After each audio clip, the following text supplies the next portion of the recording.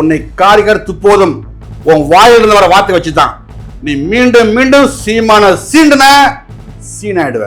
ஏன்னா நீ நினைக்கிற மாதிரி இங்க இருக்க தற்கொலை கூட்டம் இல்ல.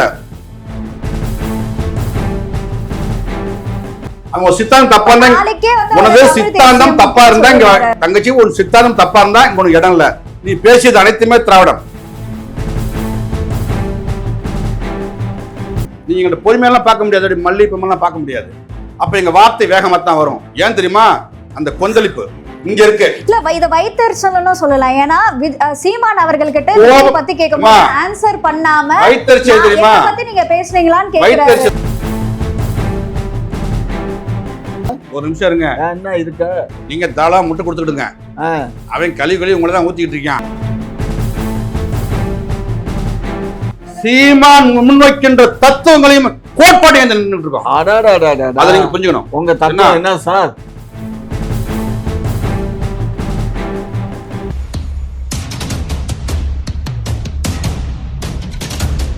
எங்க அவன் சொல்றான், அவன் தலைவன், இந்த நாய சம்பத்து தலைவன் சொல்றாங்க. தலைவன் யாரு? அவங்க நீ நினைக்கிற மாதிரிலாம் மைண்ட் கேக்குது. அவங்க இல்ல, தற்கொலை தலைவன் பாட்டு போடுறான். அணிலாக மாறித்தான், அங்க இங்க தாவிதான், அப்படியே ஒன்ன கடிக்க போறேன்.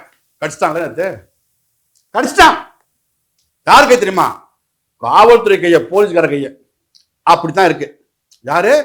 உன் தொண்டை பண்ணி செயலுங்க. கிருஷ்ணகிரியில ஒரு மதுபான கடை வந்து மூட போய் ஏதோ ஒரு ஆர்ப்பாட்டம், ஒரு பேர் லெவலில் பண்றாங்க. ஏதோ ஒரு செய்தி வரட்டுமே அப்படின்ட்டு பண்றாங்க. அதிக மக்கள் கூடுற இடத்துல ஒரு சில அசம்பாவிதங்கள் அதிக மக்கள் உங்களுக்கு இருந்தாலுமே ஒரு இடத்துல ஒரு கூட்டம் கூடுறது அதிக மக்கள். ஒரு மதுபான கடையை மூடணும்னா அந்த மாவட்ட ஆட்சியிட்ட மனு கொடுங்க. என்ன? அதுக்கப்புறமா காவல்துறைக்கு மனு கொடுங்க. இது எங்க மக்களுக்கு தொந்தரவா இருக்கு, தகட்டுன்னு சொல்லுங்க. அதுக்கப்புறம் நாங்க நாம் தொழில் முற்றுகையிடுங்க. ஆடியோ துவசம் பண்ணுங்க. தம்பிக்கு பண்ணாம கோயம்புத்தூர்ல பார்த்தா கள்ளச்சந்த சரக்கு ஓடுது, அடிச்சு விட்டான், வழக்கண்ணா போடுன்னு சொல்லிவிட்டான். இது நாம் தமிழர் கட்சி. போலீஸ் தடுக்க வந்த ஒரு சட்ட ஒழுங்கு அதிகாரி காவல்துறையை காப்பாற்ற வேண்டியிருக்கு. யார்கிட்ட இருந்து? இந்த அணில் குஞ்சு. நம்ம சொல்றோம், அடிக்கடி சொல்றோம், எப்ப கடிச்சு வச்சிருவாங்க. நான் இப்ப ஒரு படம் ஒன்று பார்த்தேன் தங்கச்சி, ஜாம்பின்னு படம் பார்த்தேன். ஜாம்பி அது என்ன படம் தெரியுங்களா? என்ன பண்ணுவாங்க படம் பார்த்தீங்களா? எல்லாத்தையும் பிடிச்சு கடிச்சு வச்சிருவாங்க. இந்த கும்பலை கண்டா தெரிச்சு ஓடுவாங்க, எல்லாம் தெரிச்சு ஓடுவாங்க. ஐயோ ஜாம்பியா அப்படின்னு. அந்த ஜாம்பி கூட்டம் தான் தம்பி விஜய் கூட்டம். கடைசி நேரத்துல உனக்கு என்ன பிரச்சனை? சோறு தான் பிரச்சனை. அது அங்க சொன்னா கூட தம்பி உதவிதே போட்டிருப்பார். உனக்கு என்னடா பிரச்சனை? சோறு தானே பிரச்சனை, திண்டு படம் சொல்லிருப்பார். நீ அங்கேயும் சொல்லாம இங்க வந்து உன் தலையெழுத்து சாக போறப்ப உனெல்லாம் கழுவி ஊத்தணும், நீ அசிங்கப்பட்டு சாகணும் உனக்கு எழுதிருக்கு. வேற வழி இல்லை. இப்ப தொடங்கி இருக்கு. சீமானை தொற்றுக, சீமானை நீ தொற்றுக. நீ பேச ஆரம்பிக்கல. ஏன்னா நீ ஒரு வார்த்தை சொன்னா இங்க 100 வார்த்தை சொல்லுவோம். நாங்க நல்லா பேசுவதும் உன்னை காரிகர் துப்போதும் உன் வாயிலிருந்து வர வார்த்தை வச்சுதான் நீ மீண்டும் மீண்டும் சீமான சீண்டுன சீனாயிடுவ. ஏன்னா நீ நினைக்கிற மாதிரி இங்க இருக்க தற்கொலை கூட்டம் இல்ல. சீமான் தம்பிகள் உங்களுக்கு தெரியும். கட்டமைக்கப்பட்ட சீமான் தம்பிகள், புரட்சியால, மண்ணுக்கானவன், மக்களுக்கானவன். இங்க ஓம் படம் அழகா இந்த இலக்கிய நகை தான் பேச்செல்லாம் உன் படம் ஓட்ட முடியாது. என்ன செஞ்சு விட்டுருவானுங்க. ஆகவே இனி பேசும்போது நாங்கள் சம்பத் அவர்கள் இப்போ சொல்றேன், டேய் சின்ன பையல பார்த்து பேசு, கவனமா பேசு. என்ன அப்புறம் வேற மாதிரி பயிர் செஞ்சு விட்டுருவானுங்க. வழக்கு கஞ்சிரப்ப நாங்க இல்ல, உனக்கு இவ்வளவு வயசாகி போச்சு, கவனமா பேசு. சார் இதை பத்தி உங்களோட கருத்து சார்? ஒரு பேச்சாளர் மிரட்டுறாருமா, நாஞ்சில் சம்பத்தை மிரட்டுறாரு. அவர் நாஞ்சில் நாட்டுக்காரரு, சரியா? அவரெல்லாம் யாரும் மிரட்ட இயலாது. ஆனால் அவர் பேசின வார்த்தைகள் தவறு. அதை நான் ஏற்புடையதில்லை. அவர் பன்றிகள்னு சொன்னது மக்களை பார்த்து பன்றிகள்னு சொல்றதும் அப்படின்னு சொல்றது ரொம்ப தவறு. அப்ப 36 லட்சம் மக்களும் பன்றிகளா? அது மிகப்பெரிய தவறு. இவர் செஞ்சோற்று கடனுக்காக அவர் விஜய்க்காக இவர் செம்படிக்கிறாருன்னா அவருக்கு செம்படிச்சுட்டு போட்டோம். அதுக்காக மற்றவங்களை தூத்தக்கூடாது. இவருக்கு என்ன பிரச்சனை? ஏன் திமுகல இருந்து போனாரு? பொதுக்கூட்டத்துக்கு இவருக்கு நிறைய பொதுக்கூட்டங்கள் ஒதுக்கலை. பொதுக்கூட்டங்கள் மாசத்துல 1 2 தான் கொடுத்தாங்க. ஆனால் இவர் எதிர்பார்த்தது மாதத்துக்கு குறைஞ்சபட்சம் ஒரு 5-6 கூட்டமாவது இருக்கணும். ஒரு கூட்டத்துக்கு 25,000 ரூபா, பொதுக்கூட்டத்துக்கு ஏதோ ஒரு 1,50,000 லட்ச ரூபா மாதம் வந்தால் தான் அவருடைய சூழ்நிலைக்கு தகுந்த மாதிரி எதிர்பார்த்தாரு. அது அங்கே கிடைக்கல. இங்கே அந்த பேரம் பேசிட்டாரு. ரெண்டாவது ஒரு 50 ரூபா வர முதல்ல முன் பணமாக கொடுத்துருக்காங்க. இல்ல உங்களோட மூத்த பேச்சாளர் வந்து தமிழக வெற்றி கழகத்துக்கு போயிட்டாருன்னு தான் இதெல்லாம் ஒரு பெரிய விஷயமா இல்லம்மா, ப்ரொஜெக்ட் பண்ணி சொல்றீங்களா? அவர் 2 கோடி ரூபாய் கேட்டாருமா. 2 கோடி ரூபாய் கேட்டது கொடுக்க இயலாதுன்னு தான் 50 லட்சம் ரூபாய் கொடுத்து அவரை கட்சியில நான் சொல்லலம்மா, ஊடகங்கள்ல வந்ததை தான் சொல்றேன். எனக்கு நான் என்ன போய் அவரு பணம் கேட்டது தெரியுமா, இல்லை கொடுத்தது தெரியுமா, வாங்கினது தெரியுமா, அதெல்லாம் தெரியாது. ஊடகங்கள்ல வந்த செய்தியை வச்சு நான் சொல்றேன். ஆனா அவருக்கு பண தேவை இருக்கு. அவரு ஏன்னா எந்த மனிதனுக்கும் பண தேவை இல்லை. விஜய்க்கே பண தேவை இருக்கு. திமுக பொதுவாவே அவங்கள சுத்தி இருக்க ஆட்களை நல்லா தானே வச்சுக்கோம், இவரை மட்டும் எப்படி விட்டுட்டீங்க? நாங்க அவரை விட்டுட்டோம்னு யார் சொன்னா? நாங்க விடல. அவருக்கு பசி அதிகம். அந்த பசிக்கு இவங்களால எற போட இயலல, அவ்வளவுதான். அதாவது 2 விஷயம்டா. இவர் திமுகவில் பயணிக்கிறாரு. திமுகவில் பயணிச்சுக்கிட்டு திமுக கூட்டணியில் இருக்கிற திரு வைகோ அவர்களை பச்சையாக கொச்சையாக திட்டுறாரு. அந்த காரணம்தான் இவருக்கு மேடை ஒதுக்காததுக்கு காரணமே இதுதான். மேடையை கொடுத்தாச்சுன்னா உடனே கலிங்கப்பட்டி ஜமீனை பற்றி பேச ஆரம்பிச்சிடுறாரு. சரியா? அதுக்காக தான் ரொம்ப மரியாதை குறை சொல்லி பார்த்தாங்க, கேட்கல. அதனால பொதுக்கூட்டங்களை ஒதுக்கலை. அதில் அந்த கோபத்தில் வந்துட்டார். அது அவருடைய தனிப்பட்ட இஷ்டம்டா. அவர் இந்த கட்சியில் இருப்பார், இன்னொரு கட்சி போவார், அது அவர் சொன்னது. ஆனால் மக்களை பார்த்து பண்ணின்னு சொன்னது அதுதான். ஆனா அவர் வேற ஏதோ காரணம் சொல்லி இருந்தாரு. என்ன அப்படின்னா 2 கட்சிகளுமே வந்து குடும்ப ஆட்சி தான் வந்து பண்ணிட்டு இருக்காங்க, அங்க மூத்த தலைவர்களுக்கு மரியாதையே வந்து கிடையாது அப்படின்லாம் வந்து சொல்லி இருந்தாரு. குடும்ப ஆட்சினா என்ன? அதாவது உங்களுடைய சொந்தக்காரர்கள் உங்களுடைய குடும்பத்துக்கு மட்டுமே பதவிகள்லாம் வழங்கப்படுது, மூத்த தலைவர்களை மதிக்க கூட செய்யறது கிடையாது. மதிக்கலைங்கிறது எங்க கட்சியினுடைய சமாச்சாரம். அதை பத்தி உங்களுக்கு என்ன வலிக்குது? இல்ல உங்க கட்சியில இருந்து ஒருத்தர் வந்து இவ்வளவு கஷ்டப்பட்டு கொந்தளிச்சு பேசிக்கிட்டு இருக்காரு. எங்க கட்சியில அவர் ஒன்னும் கஷ்டப்பட்டு எங்க கட்சியை வளர்க்கல, புரிஞ்சுக்கோ. எங்க கட்சிக்கு நிறைய பொது மேடைகள்ல திமுக பத்தி நிறைய பேசியிருக்காரு. ஜெயலலிதா இருக்கும்போது அண்ணா திமுகல இருந்துகிட்டு எங்களை வந்து இவர் கட்சி திமுகல இருந்தாரு, சாதாரண ஆளா இருந்து அங்கங்க அப்பதான் பேச்சு நடத்திக்கிட்டு இருந்தாரு. 93ல் அவர் அப்போ டபக்குன்னு இவர் 94ல் கட்சி ஆரம்பித்த உடனே வைகோ கூட போயிட்டார். வைகோ கூட போய் எங்களை தான் திட்டிக்கிட்டே இருந்தார். வைகோ கிட்ட இருந்து மறுபடியும் அதிமுகவுக்கு போனார். அங்கே போய் எங்களை தான் திட்டினாரு. எங்களை திட்டிட்டு மறுபடியும் வைகோ 2 பேரையும் திட்டுறாரு. விஜய் கிட்ட போயிட்டு இப்போ அதிமுகவையும் திட்டாரு, எங்களையும் திட்டாரு. காரணம் என்னன்னா அதுதான்மா. அதாவது பசி அதிகமான கோர பசி. அந்த பசி அடங்காத பசியை அடக்கிறதுக்கு முடியல. இப்போ இங்கே போயிருக்காரு. இவர் இன்னும் நாளைக்கு இங்கே அந்த பசி அடங்கலைன்னு வச்சுக்கோ, வேற யாராவது ஒரு ஏயோ பியோ கட்சி ஆரம்பிச்சா திரும்ப அங்கேயும் போவாரு. இவங்களை பத்தியும் அங்க போய் பேச. அப்ப கூட நாம் தமிழர் கட்சிக்கு போக மாட்டாருன்னு சொல்ல மாட்டீங்க? நாம் தமிழர் கட்சிக்கு போறதுக்கு அங்கதான் ஊறுகாய் கூட கிடைக்காது. நீ நல்ல ஒரு பாட்டில தண்ணி அடிச்சுட்டு தொட்டுக்கிறதுக்கு ஊறுகாய் கொடுனா கொடுக்க மாட்டாங்க. வெட்டுக்கிட்ட விரலுக்கு சுண்ணாம்பு கொடுனா கூட எவனும் கொடுக்க மாட்டாங்க.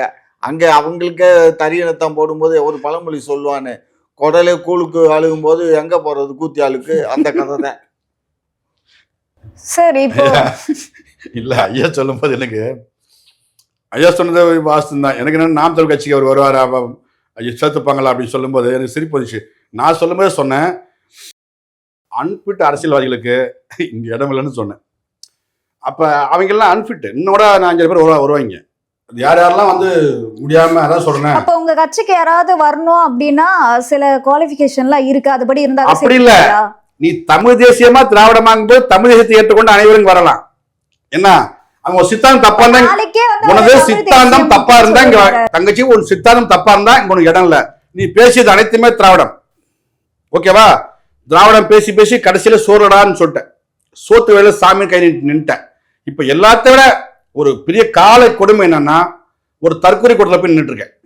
அப்ப நாங்க என்ன புரிஞ்சுக்கிட்டு இருக்கு, ஓ ஐயாவுக்கு சோத்து பசி, எவ்வளவு சோறு போடல போல. தற்கூரி கூட்டம் அப்படின்னு நீங்க பொதுமக்களை தான் விமர்சனம் பண்றீங்க. விஜய்க்கு ஆதரவு தராங்கன்றதுக்காக மக்கள் எல்லாரும்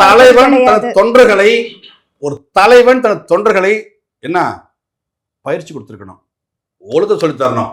நீ இதுவரை தம்பி விஜய் வந்து இப்ப நடக்கக்கூடிய பொதுக்கூட்டங்கள் சரியான முறையில பாருங்க. புதுச்சேரியில சிரிக்கப்படாது, எல்லாமே எல்லாமே சிரிக்கப்படாது. என்ன புதுச்சேரியில என்ன சொல்லணும், புதுச்சேரி முதல்வருக்கு வைக்கணும் கோரிக்கை, இவ்வளவு பிரச்சனை இருக்குன்னு. திமுக வைக்கிறாருங்க ஸ்டாலினுக்கு. எனக்கு ஒரு கன்ஃபியூஸ், புதுச்சேரிக்கு ஸ்டாலின் எப்ப சிஎம் ஆனாரு? நீ தற்கொலையா இல்லையா? இல்ல என்ன கோரிக்கை வச்சாரு திமுக கிட்ட? திமுக விமர்சனம் தான் பண்ணாரு. இது தமிழகம் வந்து புதுச்சேரி அவருக்கு ஒரே ஒரு ஜுரங்க, திமுக பத்தி பேசணும், அவ்வளவுதான் பேப்பர்ல இருக்கு.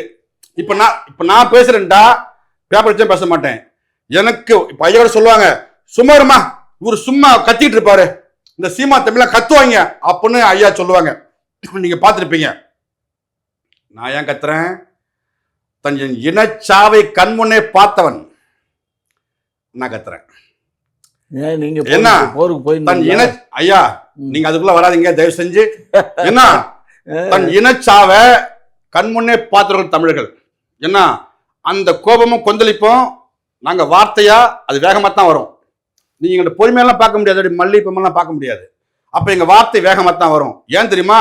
அந்த கொந்தளிப்பு இங்க இருக்கு. இல்ல இத வைத்தறிச்சல்னு சொல்லலாம். ஏன்னா சீமான் அவர்கள் கிட்ட பத்தி கேட்கும்போது ஆன்சர் பண்ணாம வைத்தறிச்சல் தெரியுமா பத்தி நீங்க பேசுனீங்களான்னு கேக்குறாரு. வைத்தறிச்சதுன்னா வைத்தறிச்சதுக்கும் கோபத்துக்கு வித்தியாசம் சொல்றேன். எது வைத்தறிச்சல் சொன்னாக்க, நாஞ்சல் சம்பத்து திமுக டாட்டா காட்டிட்டு தற்கொலை கட்சிக்கு போனதுக்கு அவங்களுக்கு வைத்தறிச்சல். என்னடா இத்தனை வருஷம் கூப்பிட்டு சார் அது அவங்க விருப்பம்னு அவங்க சொல்லிட்டாங்க. இந்த மாதிரி நிறைய பேச்சாளர்கள் இருக்காங்க, ஒருத்தர் போறதுனால வைத்தறிச்சல் சொல்றேன். அதுதான் வைத்தறிச்சல். எங்களுக்கு என்ன வைத்தறிச்சல்? ஆனா அப்ப கூட உங்க கட்சியை சூஸ் பண்ணலையான்னு உங்களுக்கு வைத்தறிச்சல்னு சொல்லலாமா? அவன் யாரு பிக்காலி போய் அவன் வந்து எங்க சூஸ் பண்றதுக்கு? இங்கெல்லாம் இளம் புரட்சியாளம்.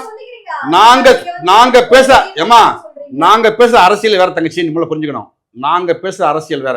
நான் அடுத்த காலம் எனக்கு கூப்பிடுங்க. நாங்க வந்து 2016 போட்ட ஒரு வரைவு அந்த புக் இருக்கு. என்ன இந்த தமிழ்நாடு எப்படி இருக்குன்னு சொல்லிட்டு ஒரு வரவே எங்க அண்ணன் அன்னைக்கே போட்டிருக்காரு. நான் எடுத்துட்டு வரேன். இப்போ தரவோட வந்திருக்கேன், தரவுகளை அனுப்பியிருக்கேன். என்ன நான் எங்க அரசியல் வேற. எங்க அரசியல் முழுக்க முழுக்க தமிழ் தேசிய அரசியல். இது எங்களுக்கான அரசியல், என் மண்ணுக்கான அரசியல், இந்த மக்களுக்கான அரசியல். நாங்கள் இதை பேசிட்டு இருக்கோம். இப்போ கூட பாருங்க, எஸ்ஐஆர் வந்துச்சு, கடுமையாக நாங்கள் எதிர்த்தோம். ஐயா பேரளவு எதிர்த்தாங்க, இல்லைன்னு சொல்லலை. அப்புறம் எஸ்ஐஆர் அவங்க விட்டு போயிட்டாங்க, தெருத்தருவா கொண்டு சேர்த்தாங்க. தெருத்தருவா கொண்டு போய் திமுக சேர்த்தாங்களா இல்லையா? இங்க ஒர்க் பண்றவங்க யாரு? அவங்க அந்த அதிகாரிகள், அந்த அரசு ஊழியர்கள், மாமன்ற அந்த ஊழியர்கள், கார்பரேஷனுடைய வேலை பார்க்குறவங்க தான் அதை கொண்டு தெருத்தர சேர்த்தாங்க. இப்போ என்ன ஆச்சு? ஒரு செய்தி தெரியுமா உங்களுக்கு? நேற்று முதல் நாள் நினைக்கிறேன், சிவகங்கை மாவட்டத்தில் என்ன அந்த ரமேஷ் இந்துஜான்னு சொல்லிட்டு ஒரு தங்கச்சி வந்து அண்ணன் சீமான் வந்து என்ன இந்துஜா ரமேஷ்னு சொல்லிட்டு ஒரு பிள்ளை வந்து அறிவிக்கிறாங்க. நாம் தமிழ் கட்சிக்கு 26 இந்த பிள்ளை தானே வேட்பாளர் அப்படின்னு பெரிய கூட்டம் போட்டு பெரிய ஒரு அறிவிப்பு போடுறாங்க. அது பயங்கரமாக பேசப்படுது. அந்த பிள்ளை தனிக்கு ஒரு கூட்டத்தை போட்டு பேசிக்கிட்டு இருக்கு, வாக்கு சேகரிக்க போயிருக்கு, மக்கள்கிட்ட போய் மக்கள் பிரச்சனை கேட்டுட்டு இருக்கு. அந்த பிள்ளைக்கும் அந்த பிள்ளை வீட்டுக்காரனுக்கும் என்ன வந்திருக்கு? பட்டியல்ல இறந்துட்டாங்க. இப்ப தெரியுதா? எத்தான் சொல்றோம், சிஎஸ்ஆர எஸ்ஐஆர அவங்க எதிர்ப்பாங்க, இவங்களும் எதுக்குற மாதிரி இருப்பாங்க. ஆனா யாருக்கு இல்ல சார் இந்த மாதிரி 1-2 தவறுகள் நடக்கதான் செய்யும். அதுக்காக திமுக அரசு தான் இத பண்றாங்க, பிளான் பண்ண முடியாது இல்லையா? சராசரியா ஒரு ஆய்வறிக்கை சொல்லுது, இப்பவே ஒரு 73,000 பேர் நீக்கப்பட்டதா. 77,000 இல்ல, 77 லட்சம் 77 லட்சம் பேர்த்தை இப்ப நீக்கி விட்டதா. என்ன ஒரு திட்டம் ஒரு வந்திருக்குன்னு சொல்றாங்க. அது எந்த அளவுக்குன்னு தெரியல. ஆனா அதிகாரப்பூர்வமா இன்னும் ஒரு 11 நாள் இருக்கு. இது அறிவிச்சான்னா இங்க பாருங்க, மிகப்பெரிய மோசமா இருக்கும் தமிழ்நாடு. ஏன்னா அந்த வாக்க பூரா பிடுங்கிறது யாரு? மத்தியில் ஆள்ற பிஜேபி அரசு. அதுக்கு வேலை வாக்குறது யாரு? அதிகாரிகள். யார்கள்? இவர்கள். சார் இவங்க வந்து மத்திய அரசு கேட்டிருக்காங்க, இவங்க வந்து அதற்கான அதிகாரிகளை ஏற்படுத்தி கொடுத்திருக்காங்க. அதுதான் அவங்களோட வேலை. நான் ஏற்கனவே சொன்னேன், மகராசனா அந்த எஸ்ஏஆரை சாமி கொண்டு போடாது பிகார் மாதிரி ஆக்கி விட்டாரா சாமி? அதற்கும் எதிர்ப்பு தெரிவிச்சாங்க இல்லையா திமுக? முதல்ல நான் அடிக்கிற போல வலிக்காம அடிப்பாங்க. நீதிமன்றத்துக்கு எல்லாம் போயிருக்கோம். என்ன போகட்டும், சும்மா போங்க, போகட்டுங்க. நான் அப்பயே சொன்னேன், நீங்க அந்த கேள்வி போன காணொலியை திருப்பி கேட்டீங்க, இது சாத்தியமா நீங்க சொல்றது, இந்த மத்திய திட்டமாச்சு இது அப்படின்னு கேட்டீங்க. நான் அப்பவுமே சொல்லிட்டு தெளிவா சொல்லிட்டு போயிருந்தேன், இல்ல எஸ்ஐஆர் தேவைதான், இப்ப தேவையில்லை, 26 அப்புறம் கொண்டு வா, பொறுமையா செய்வோம். ஒரு 1.5 மாச காலத்துல ஒரு அவ்வளவு வேகமா செய்ய வேண்டிய தேவை உங்களுக்கு எங்க வருது? உங்களுக்கு ஒரே ஒரு அஜெண்டா, வடநாட்டுக்காரனை பூரா ஓட்டு தரணும், எங்களை பூரா துரத்தணும், இல்லைண்ணே? அதுக்கு சிஞ்சா அவ்வளவுதான் நடக்குது. போகட்டும், அடுத்த கேள்விக்கு வாங்க.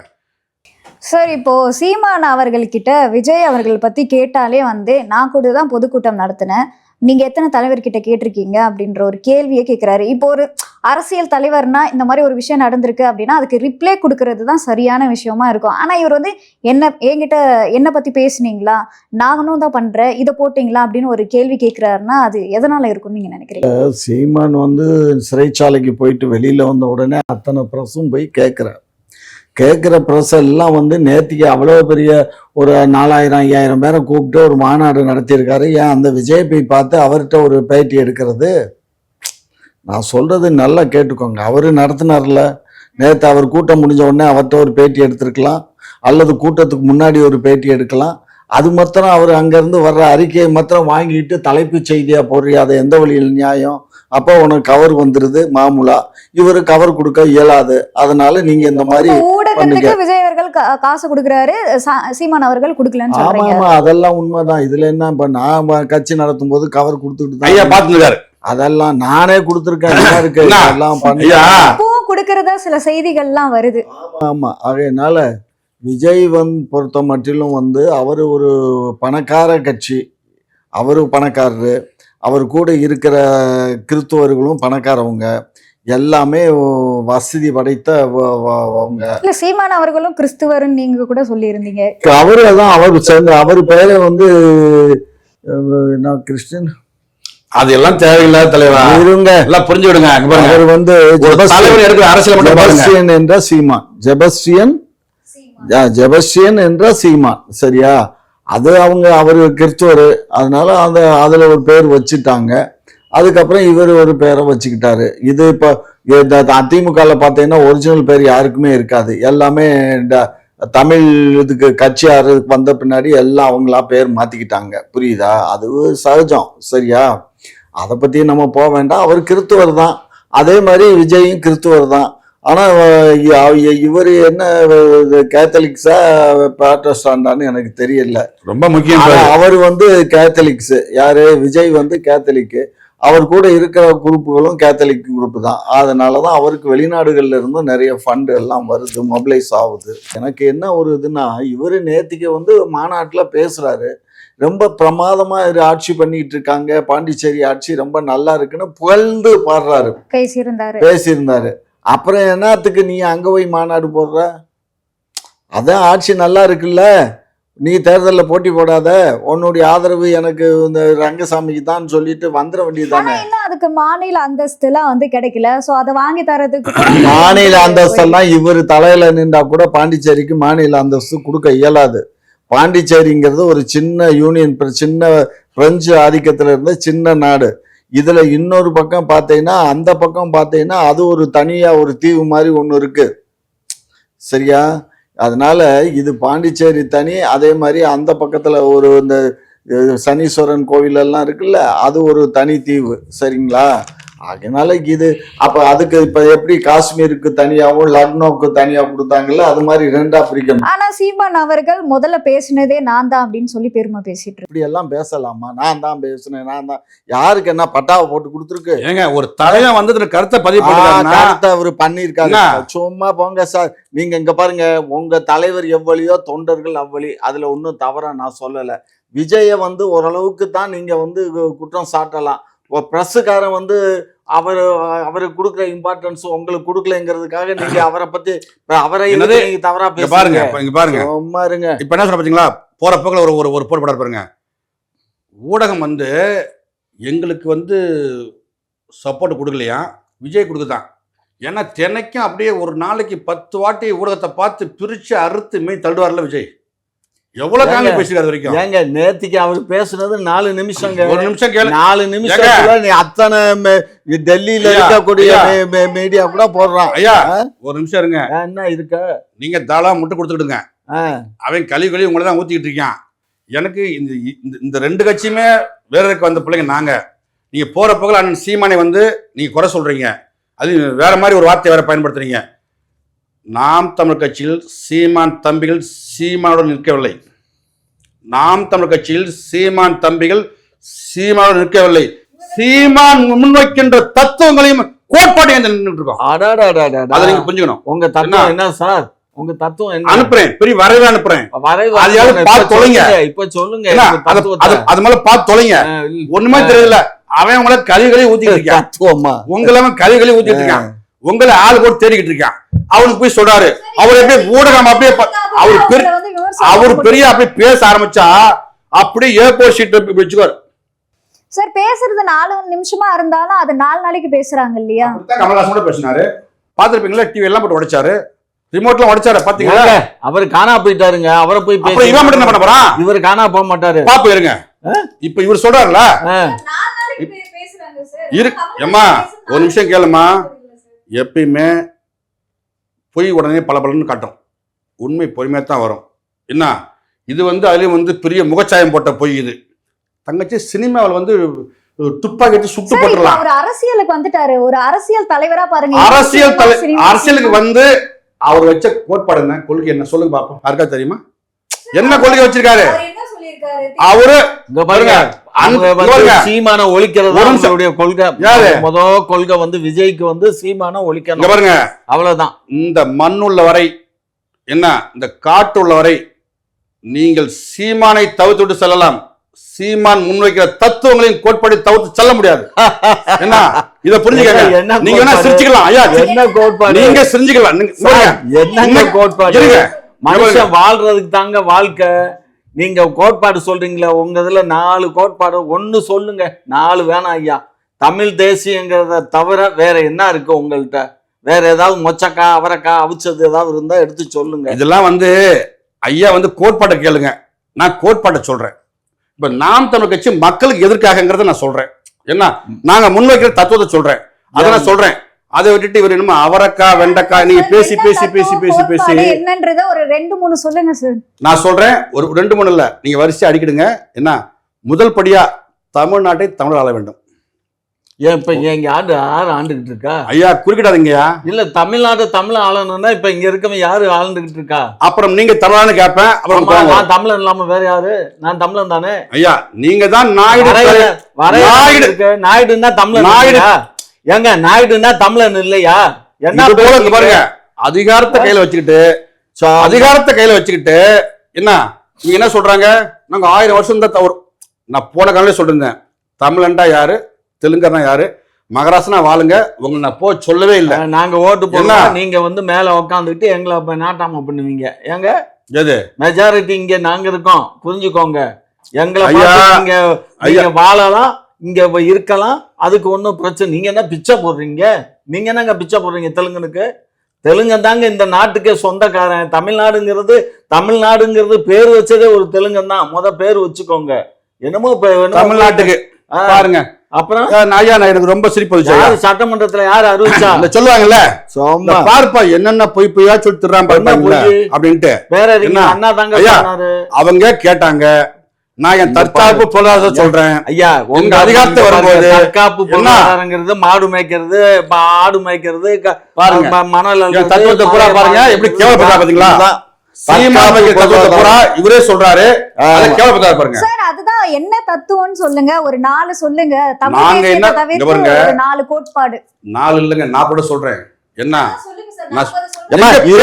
அவரு பொறுமையா கேளுமா, அவர் சொல்லுவாரு. பேச விடாம நான் பேசல. ஐயா பேசாதீங்க, நான் பேசல, நீங்க பேசுங்க. தமிழ்நாட்டை தமிழர் ஆளணும்.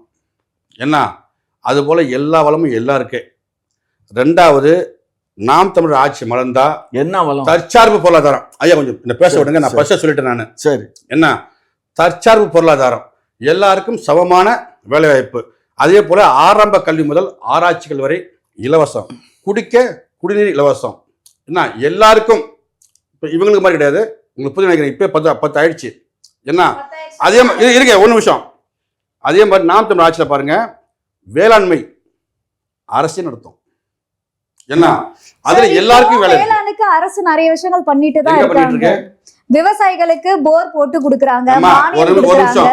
இதுவும் விவசாயத்தை அரசே ஏற்று நடத்துங்கிறதுக்கும் நான் விவசாயத்துக்கும் கொடுப்பேங்கிறதுக்கும் அதுக்கு நான் சொல்றேன், அந்த அரசு தான் இப்ப தஞ்சாவூரை நெல் மூட்டை பூரா முளைக்க வச்சது அந்த அரசு தான். சாராயத்தை பூரா பாதுகாத்து இந்த அரசு தான். தஞ்சாவூர்ல பார்த்துருப்பீங்களா இந்த மழை காலத்துல நெல் மூட்டை அப்படியே முளைச்சி வெளியே வந்து வேடிக்கை பார்த்து இந்த அரசு தான். ஏன்னா அப்ப நாங்க அரசு கொடுத்தோம் சொல்லக்கூடாது, அதற்கு இழப்பீடும் கொடுக்குறாங்களே. ஆமா, நாங்க வெம்பாடு பட்டு காலையில வேலை பார்த்து நெல் மூட்டை உருவாக்கி வச்சிருப்போம்.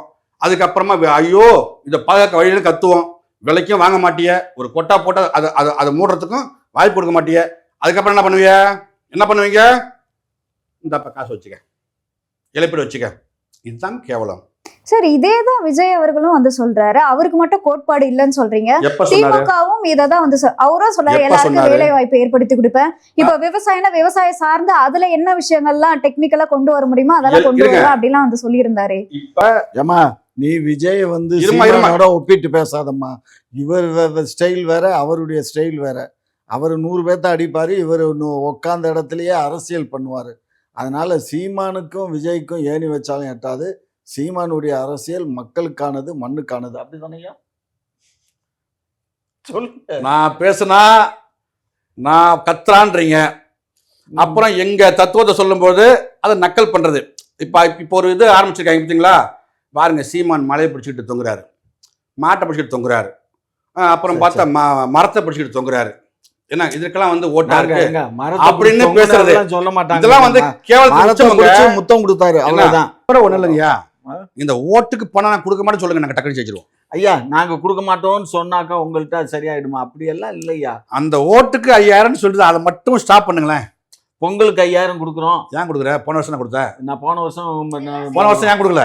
போன வருஷம் கொடுக்காத சேர்த்து கொடுக்குறோம். ஏன் போன வருஷம் கொடுங்க கேட்டா இதெல்லாம் ஒரு பதிலுங்க.